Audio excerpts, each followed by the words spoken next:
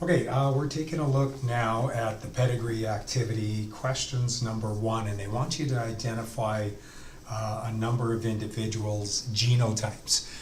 Very common question. You're going to see this on the midterm, you're going to see this on the final. Best that we kind of take a look at all of these here. So I'm going to kind of give you some of the strategies on how I tackle one of these type of questions. So we know with ABO blood typing, we have a bit of a legend already. We know that if I have IA, doesn't matter what this allele is, this is going to be A blood.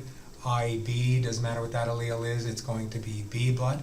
But if I have both of them together, because ABO is codominant, that's going to be AB blood, and the most recessive to all of these are little i's, okay, which is the O genotype. Okay, so that's a little bit of a legend. So whenever we see ABs or O's in these type of pedigrees, we love that because we can determine right away what their genotypes are. So this individual here, and again, how you use these pedigrees is this Roman numeral indicates the generation, and then the number indicates the individual within that generation. So both these we can determine. If that is AB blood, we know their genotype must be IA, IB.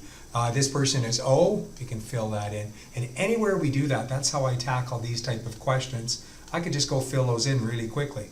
So we like those ones that are AB or O. Now, looking at the other ones, we can see that this person is A blood. So they must have at least this, and their other allele could be two possibilities. Now, could be IA, which would make them homozygous A, or they could be heterozygous IA with a little I. How we know that this one must be little I is they had a offspring that was B blood. Okay, this offspring. So we know that this can't be IA because then the only thing that this male could contribute to this offspring here would be an A, and that would be impossible because this offspring that they had is B blood, not AB blood.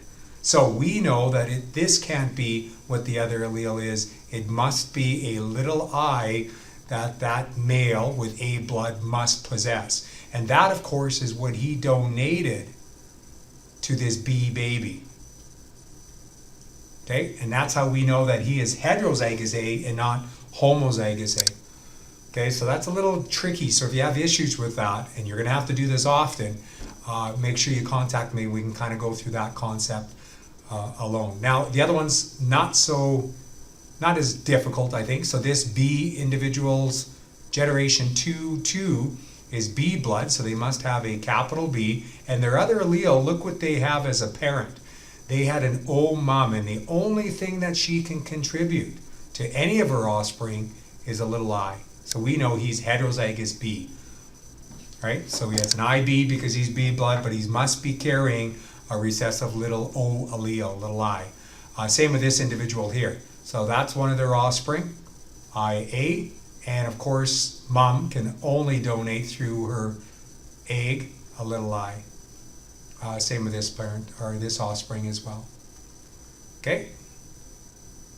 Now, if we take a look at this individual, individual 2, 5, they have A blood, so they must have at least this A, and they had an offspring that was O blood. So that means this individual must also be possessing a O recessive allele for them to ever have an offspring that has O blood. So we can fill that one in as well.